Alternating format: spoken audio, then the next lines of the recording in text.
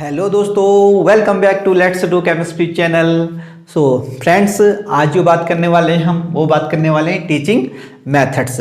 तो हम यहाँ पर जो भी फेमस टीचिंग मेथड्स हैं उनके बारे में डिस्कस करेंगे। ठीक है, तो फर्स्ट जो मैं टीचिंग मेथड ले रहा हूँ वो है लेक्चर मेथड। ओके, तो लेक्चर मेथड किसने दी थी? वो दी थी प्लेटो ने। ओके, प्लेटो ने, given by Plato.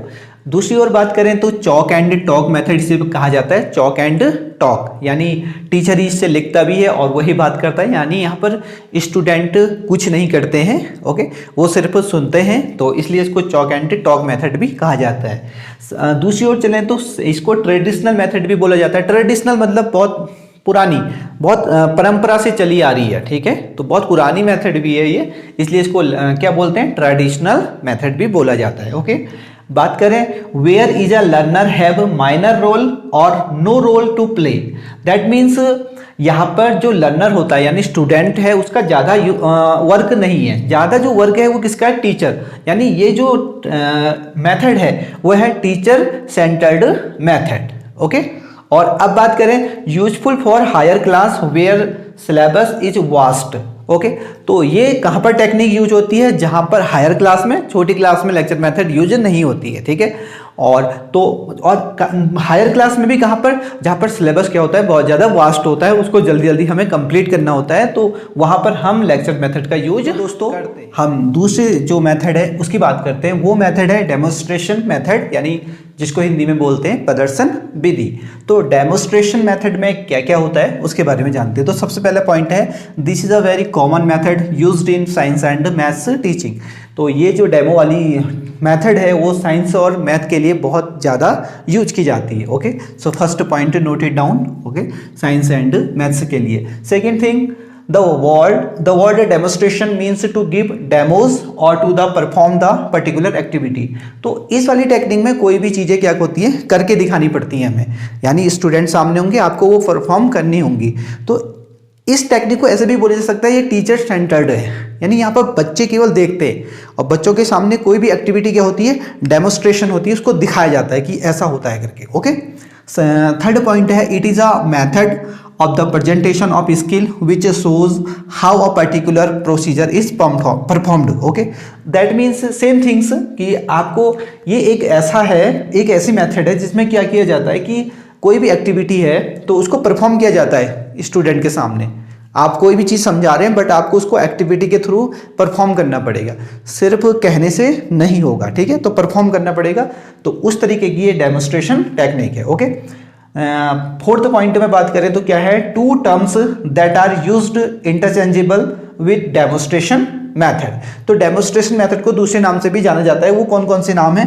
First modelling. Okay, तो इस एक तरीके की मॉडलिंग ही हुई। ओके, मॉडल तरीके से कोई एक्टिविटी है, कोई भी उसको मॉडल तरीके से दिखाया जा रहा है कि ऐसा भी हो सकता है। ओके, तो इसको मॉडलिंग टीचिंग भी कहते हैं। ओके, इसमें बात करें तो ऑब्जर्वेशनल टीचिंग, यानी ऑब्जर्वेशनल लर्निंग होती है। ऑब्जर्वेशनल मतलब हो गया कि ऑब्जर्व करके, कि बच्चा ऑब्जर्व करता है, देखता है टीचर को कि कैसे हो रही है सारी चीजें, ऑब्जर्व कर रहा है। ठीक है, उससे वो सीख रहा है ऑब्जर्व करके। ओके, जैसे कि हम लोग भी ऑब्जर्व करते हैं, नोटिस करते हैं किसी चीज को और फिर हम वहां से नॉलेज लेते हैं। ओके, अब बात करते हैं थर्ड वाले पे, मल्टी ऑर्गन टीचिंग। यानी मल्टी ऑर्गन मतलब क्योंकि इसमें ना सारी बॉडी के पार्ट्स क्या होते हैं?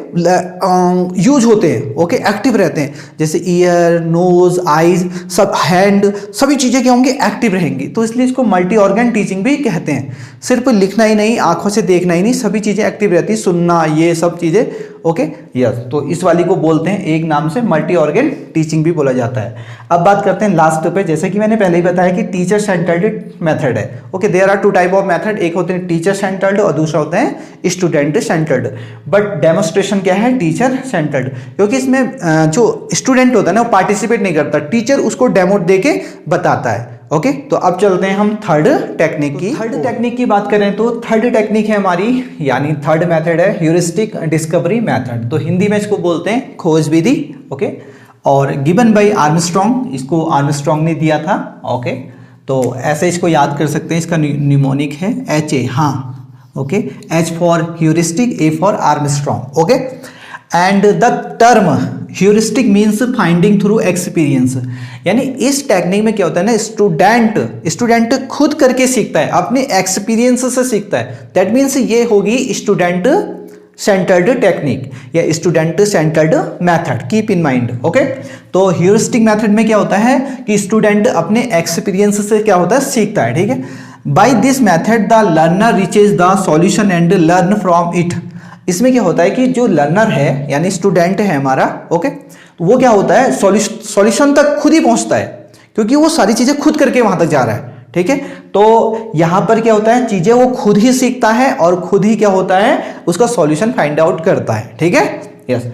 अगला, this method helps in the development of the, अब ये जो मेथड होती है किस किस जो एस्पेक्ट है उसमें मदद करती है। तो पहला कौन सा है, साइंटिफिक एटीट्यूड, यानी ये वैज्ञानिक दृष्टिकोण बनाने में बहुत महत्वपूर्ण है, क्योंकि वैज्ञानिक दृष्टिकोण क्या होता है कि खुद करके, ओके, लर्निंग बाय डूइंग, खुद ही करके सीखना होता है। ओके, एंड सेल्फ कॉन्फिडेंस, इससे सेल्फ कॉन्फिडेंट भी बिल्ट होता है। ठीक है, और सेकेंड ओरिजिनलिटी मतलब हो गया कि कुछ नयापन आता है, क्योंकि जब भी कोई चीज कोई व्यक्ति खुद करता है ना, तो जैसे कि किसी ने पुराना किया हो, ओके, लेकिन अगर वही काम तुम भी करोगे ना तो एक नए तरीके से करोगे, क्योंकि इस दुनिया में सभी चीजें डिफरेंट होती है, आई मीन सभी अलग अलग हैं। ओके, तो होता क्या है कि जो भी काम, कोई भी काम होगा, ठीक है, आपको पढ़ाना है तो आपकी स्टाइल कुछ और होगी। ठीक है, तो ह्यूरिस्टिक मेथड होती है कि कोई भी काम हो, चाहे वो आप पुराना काम कोई कर चुका हो, व्हाटएवर, ओके, लेकिन जब आप करोगे ना उस काम को तो उसमें कुछ नयापन जरूर झलकेगा।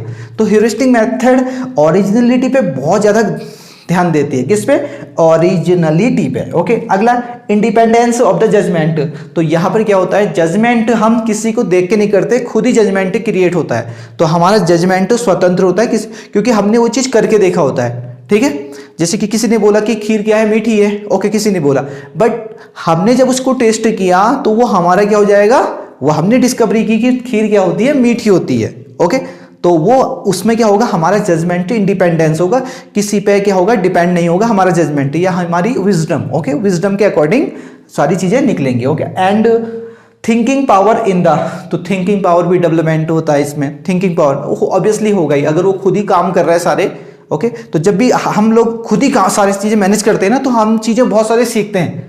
ओके, चाहे मिस्टेक होती हैं, फर्स्टली मिस्टेक होती हैं, बट चीजें हमें सीखने को भी मिलती है जब हम करते हैं। तो यह है कि गलती करने से तो कोई क्या होगा, बिल्कुल गलती करने से रुकना नहीं है, क्योंकि गलती तो होती है, कोई भी काम फर्स्ट टाइम करते हो ना तो उसमें गलती हो। मास्टरी कब करोगे, जब revision is mastery, keep in mind, क्या, रिवीजन इज मास्टरी। अगर हम किसी चीज को बार बार करते रहते हैं ना, तो फिर हम उसमें क्या हो जाते हैं, मास्टर हो जाते हैं। ओके, तो अब चलते हैं हम फोर्थ वाली मेथड। तो दोस्तों चलते हैं फोर्थ मेथड की ओर। तो फोर्थ मेथड हमारी है play way method. Okay, play way method मतलब खेल विधि, यानी बच्चों को खेल खेल में क्या करना है, हमको सिखाना होता है। ठीक है, यस, जैसा कि मैं टीचर हूँ, ओके, तो मैं भी बच्चों को कभी कभी खेल खिलवाता हूँ, लेकिन मेरा मोटिव होता है कि बच्चे इस खेल के माध्यम से कोई चीज़ सीखें, बट अनकॉन्शियसली, उनको बताता नहीं कि तुमको ये सीखना है, बट अनकॉन्शियसली मेरा जो एम होता है कि बच्चों को कुछ सिखा भी दूँ इस खेल के जरिए।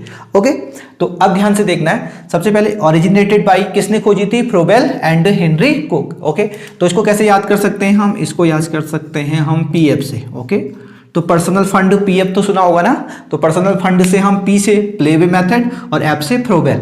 तो फ्रोबेल एंड हेनरी कुक ने इसको डिस्कवर किया था। एंड अब देखना, the following are the underlying principles of the play way method.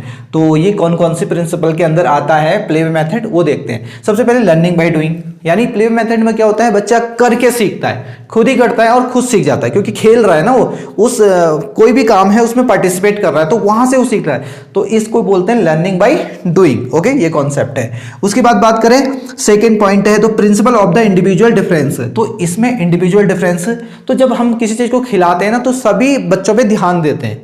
ठीक है, जब क्लास में हम पढ़ा रहे होते हैं तो सब बच्चों पे एकदम ध्यान नहीं जाता जब हम पढ़ा, लेकिन जब बच्चा खेल रहा होता है प्ले वे मेथड में, तो हम बच्चों को बताते हैं कि बेटा नहीं, वो दूसरा खेल रहा है तो ये अगर वीक हो रहा है ये खेलने में, तो हम इसे बताते हैं बेटे ऐसे करो, तो ऐसे ट्यूटोरियल माध्यम से, ठीक है, 1 बाय 1 बच्चों को सिखाते हैं। तो इसमें इंडिविजुअल डिफरेंस का भी ध्यान दिया जाता है, तो वो भी कि बच्चे, क्योंकि इंडिविजुअल डिफरेंस से क्या होता है कि हर बच्चा अलग अलग होता है, हर बच्चे की कैपेसिटी अलग होती है, कोई फास्ट लर्नर होता है, कोई स्लो लर्नर होता है। ठीक है, तो ये ध्यान इसमें ये इंडिविजुअल डिफरेंस का बहुत विशेष ध्यान दिया जाता है। ओके, अगला चाइल्ड सेंटर्ड मेथड, जैसे कि मैंने बताया भी था अभी कि चाइल्ड सेंटर्ड, क्योंकि इसमें जो बच्चे हैं ना पार्टिसिपेट कर रहे हैं, ठीक है, खुद खेल रहे हैं, तो पक्का ऑब्वियसली अगर बच्चे कभी कोई भी काम कर रहे हैं किसी भी मेथड में तो इसका मतलब वो है वो चाइल्ड सेंटर्ड है। अगर बच्चे पैसिव हैं, ओके, तो वो क्या होगी टीचर सेंटर्ड, और अगर बच्चे एक्टिव हैं उस वाली मेथड में तो वो चाइल्ड सेंटर्ड मेथड होती है। ओके दोस्तों, अब चलते हैं हम फिफ्थ वाली जो मेथड है उस। दोस्तों फिफ्थ मेथड की बात करें तो वो है प्रोजेक्ट मेथड। ओके, तो जिसको दिया था जॉन डेवी ने, ओके, मतलब उसका ओरिजिनेटर यानी ओरिजिन जो स्टार्ट किया ना वो जॉन डेवी ने किया था, ठीक है, और बट उसकी उनके स्टूडेंट कौन थे, वो थे विलियम किलपैट्रिक। तो किलपैट्रिक ने इनको क्या किया, आगे फॉलोड किया और आगे बढ़ाया उस कौन सी मेथड को, प्रोजेक्ट मेथड को, जिसको हिंदी में क्या बोलते हैं, परियोजना विधि। ओके, और वन मोर थिंग कि लर्निंग बाय डूइंग जो ये कॉन्सेप्ट है ना, लर्निंग खुद करके सीखो, वो कॉन्सेप्ट भी जॉन डेवी ने ही दिया था। ओके, इसको भी ध्यान रखना, इसको भी नोट कर लेना, ये भी बार बार पूछा जाता है कि लर्निंग बाय डूइंग जो कॉन्सेप्ट है वो किसने दिया था, वो दिया था जॉन डेवी ने, जिसने प्रोजेक्ट मेथड भी दी थी। ओके, अब बात करते हैं followed by the William Kilpatrick, ये तो हमें पता भी चल गया, ठीक है, यस। तो यहां से हम याद भी पीके, देखो ऐसे याद कर सकते हैं इसको निमोनिक के तौर पर पीके। ओके, ये पीके से कैसे याद हुआ, पी से प्रोजेक्ट मेथड, के से क्या हो गया किलपैट्रिक, तो पीके ऐसे याद रखना। ओके, पीके, पी से क्या हो गया प्रोजेक्ट मेथड और के से क्या हो गया किलपैट्रिक। तो किलपैट्रिक या जॉन डेवी जो भी ऑप्शन में होगा वो सही होगा। ये बार बार पूछा जाता है कि कौन से किसने इसको डिस्कवर किया था, तो किलपैट्रिक और जॉन डेवी याद रखना। अगली बात, किलपैट्रिक ने एक सेंटेंस कहा था इसके अबाउट, ये सेंटेंस भी यानी स्टेटमेंट ही बार बार पूछा जाता है। तो स्टेटमेंट क्या था, project is a whole hearted purposefully activity. Okay, पूरे हृदय से करी जाने वाली एक्टिविटी है, पूरे हृदय से। तो कोई भी प्रोजेक्ट हम देते हैं, जैसे हम 12th में देते हैं प्रोजेक्ट बच्चों को, ठीक है, एग्जाम के लिए, तो बच्चों को एक टॉपिक दिया जाता है, ठीक है, तो बच्चे उसको खुद ही करते हैं, इधर से उधर से ढूंढ के, पूरे दोस्तों से या किसी पड़ोस से। तो उसमें वो क्या करते हैं, खुद एक पूरे हृदय से उसमें क्या होते हैं, उसमें लगे रहते हैं पूरे हृदय से, whole hearted. Okay, and proceeding in a social environment, और वो ये जो एक्टिविटी होती है समाज में होती है। तो बच्चे क्या होते हैं, इससे सोशल भी बनते हैं, क्योंकि सोशल यानी वो सोसाइटी से क्या करते हैं, इंटरेक्शन करते हैं प्रोजेक्ट मेथड को क्या करने के लिए, कंप्लीट करने के लिए, यानी प्रोजेक्ट को कंप्लीट करने के लिए। तो उससे क्या होते हैं, वो सोशल भी बने रहते हैं, तो एंटी सोशल नहीं होते हैं बच्चे इससे। तो ये मेथड बहुत अच्छी है, जैसे हम 12th में यूज भी करते हैं, 11th और 12th में। ओके, यानी ये एक और चीज, ये जो मेथड होगी ना, ये थोड़ी सी बड़ी क्लास के लिए होगी, हायर क्लासेस के, छोटी क्लास के लिए तो प्रोजेक्ट मेथड होती नहीं है। ओके, बड़ी क्लास के लिए ही ये ठीक रहती है। ओके, अब इसमें ना स्टेप होते हैं कुछ, वो भी बार बार पूछे जाते हैं। मुझे याद भी आ रहा है कि इसका एक बार ये पूछा था कि इसका लास्ट स्टेप क्या होता है करके, ठीक है। तो पहला स्टेप क्या है इसका, प्रोवाइडिंग अ सिचुएशन। तो बच्चों को बहुत सारी सिचुएशन दी जाती है, तो इसमें क्या होता है कि बच्चे या तो खुद चुन लेते हैं या चूज करते हैं, और मैं ये वाला चुनूंगा, ठीक है, या बच्चे या टीचर उनको दे देता है, ठीक है, इन दोनों में से कुछ भी हो सकता है। चूजिंग द प्रोजेक्ट, तो बच्चों ने चूज कर लिया प्रोजेक्ट, जो जिस पे भी प्रोजेक्ट बनाना है। प्लानिंग टू प्रोजेक्ट, अब प्लानिंग कर रहे हैं बच्चे कि कैसे इसको कंप्लीट किया जाएंगे, कहाँ से लिया जाएगा, कहाँ से कैसे इंफॉर्मेशन ली जाएगी, सारी चीजें प्लानिंग कर रहे हैं। ओके, उसके बाद एग्जीक्यूट कर रहे हैं। अब एग्जीक्यूट संचालन भी तो करना पड़ेगा ना उसे, कि कैसे करना है, कहाँ जाना है, इस डेटा को लेना है, यहाँ से सब एग्जीक्यूट कर रहे हैं। उसके बाद एवेल्यूट कर रहे हैं। एवेल्यूटिंग मतलब हो गया कि अब मूल्यांकन कर रहे हैं, ठीक है, कि यार ये डेटा आ गया तो इसका ये है, ये सही है कि ये डेटा खराब है, सारा मूल्यांकन चल रहा है। ओके, एवोल्यूशन चल रहा है कि क्या क्या ये डेटा सही है या गलत है, इससे मैच कर रहे हैं, वहां से गूगल से ले रहे हैं, सारी चीजों से सब चीजें, तो वहां पर क्या कर रहे हैं, वो मूल्यांकन कर रहे हैं, यानी एवोल्यूशन कर रहे हैं, ठीक है। उसके बाद लास्ट में जो आता है वो रिकॉर्डिंग होता है। फिर वो क्या करते हैं, रिकॉर्ड कर देते हैं, वो रिकॉर्ड बन जाता है डेटा, क्योंकि उन्होंने सारी चीजें कर ली हैं, अब वो रिकॉर्ड हो गया और उसके बाद वो सबमिट करेंगे उस प्रोजेक्ट को। तो all these steps are very important of the project method. तो दोस्तों वीडियो कैसी लगी जरूर बताइएगा, एंड और अगर इस मेथड्स पे जो वीडियो है, यानी ये तो 5 मेथड पे ही हमने काम किया था, अगर और भी आपको चाहिए तो प्लीज कमेंट करके जरूर बताइएगा कि और मेथड्स पे अभी वीडियो बनाइए। तो मिलते हैं आपसे नई वीडियो में, तब तक के लिए हैप्पी लर्निंग, जय हिंद जय भारत।